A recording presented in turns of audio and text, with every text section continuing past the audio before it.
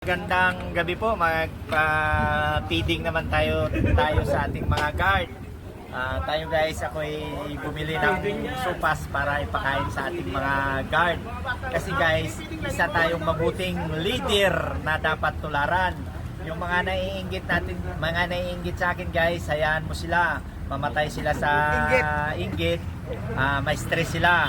Sana nga ay huwag natin silang pansinin. Ito guys, oh, yan. Baka sabihin nila guys, bawal naman dito. Bawal tayo magpa-feeding. Ayan guys, supes guys, oh. Tara. Oh guys, kaya tayo guys. Tara. Guys. So, ano tayo? Let's go. Let's go. Samahan nyo ako kumain sa ating mga guard. Oh, dito na, santok na, santok. Ito guys ang ating mga guard natin guys. Para sila ay maging maayos ang kanilang duty sa night shift. Kaya guys, mag-follow na kayo. Mag-follow, share, like, and comments. Okay. Maraming salamat guys.